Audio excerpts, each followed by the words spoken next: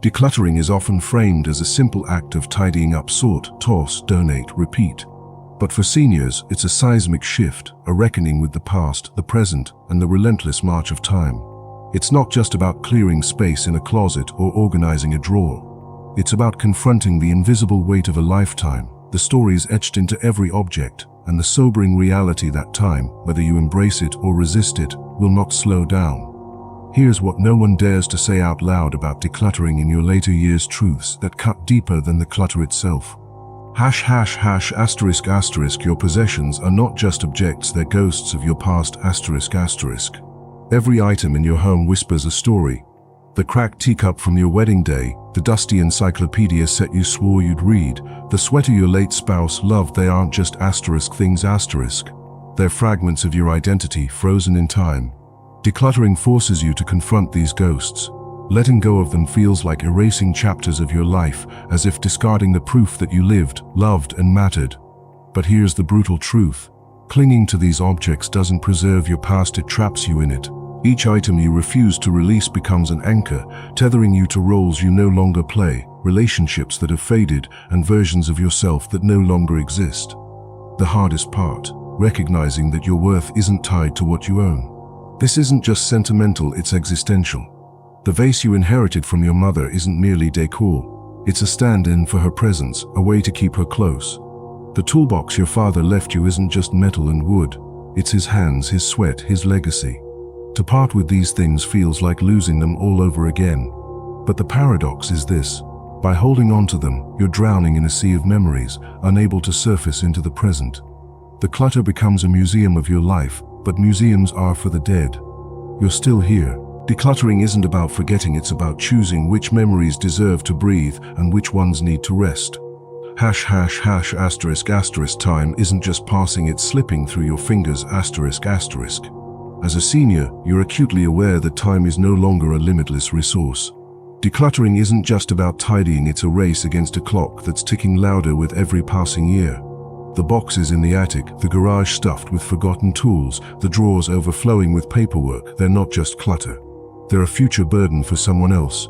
The harsh reality: if you don't tackle them now, your children, grandchildren, or strangers will do it for you, often with haste and little reverence for the memories you've hoarded. Decluttering is an act of mercy for yourself and for them. It's about leaving behind a legacy of intention, not chaos. But time's cruelty runs deeper. Every minute spent sifting through old tax records or childhood toys is a minute stolen from the present, from watching grandchildren grow, from quiet mornings with coffee, from conversations that matter. The clutter isn't just physical, it's chronological. It steals your now to preserve your then . And the longer you wait, the heavier the toll. Decluttering isn't just practical, it's a rebellion against time itself. It's saying, I will not let my past devour my present. I will not let my things outlive my joy. *****.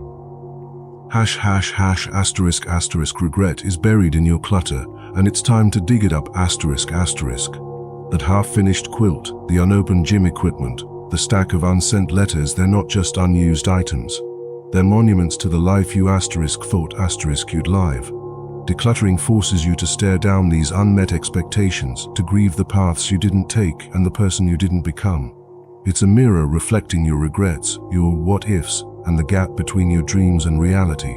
Letting go of these objects isn't admitting failure, it's reclaiming your present. It's saying, I release the weight of what could have been to make space for what still can be. Yet regret is a shapeshifter. It hides in the innocuous, the dress that no longer fits, the books you'll never read, the gadgets you never mastered. These items aren't passive, they're accusatory. They whisper, ***, you wasted me. You wasted yourself. Decluttering is the act of silencing these voices. It's not about erasing regret but disarming it. By letting go, you transform regret from a life sentence into a lesson. You acknowledge that time was lost, but you refuse to let it define you. You choose instead to measure your life not by what you didn't do, but by what you're doing now. *****. Your comfort zone is a prison and clutter is the jailer. ****. Routines and habits provide comfort, but they can also calcify into cages. That chair you've sat in for 30 years, the piles of magazines you'll get to someday, the trinkets you keep out of obligation, they're not just clutter. They're symbols of a life on autopilot. Decluttering disrupts this inertia. It's uncomfortable, even painful, because it forces you to ask, why am I holding on to this? Does it serve me, or am I just used to it? Letting go of the familiar, even if it no longer brings joy, feels like losing a part of your safety net. But here's the truth, that safety net is an illusion. Real freedom lies in choosing what aligns with who you are now, not who you were decades ago. The danger of clutter is its invisibility. You stop seeing the stacks of newspapers, the expired medications, the broken clock that hasn't ticked in years. They blend into the background, becoming part of your emotional wallpaper. But their weight is cumulative. They shrink your world inch by inch until you're living in a maze of your own making. Decluttering is not just cleaning, it's liberation. It's breaking the bars of routine and stepping into a space where you can move, breathe, and live without tripping over the ghosts of yesterday. Decluttering isn't selfish. It's the last gift you'll give ***. The most unspoken truth. Decluttering isn't just for you. It's an act of love for the people who will outlive you. Every item you leave behind will become a puzzle for someone else to solve, a mix of cherished heirlooms and meaningless junk they'll resent sorting through. By decluttering, you're sparing them the agony of deciding what to keep, what to toss, and what your stuff says about you. You're giving them clarity instead of confusion, peace instead of guilt. But deeper still, you're teaching them how to let go of objects of the past, of perfection. It's a final lesson in what truly matters, people, not possessions. Imagine your child holding a chipped mug you couldn't part with. To you, it's nostalgia. To them, it's a question.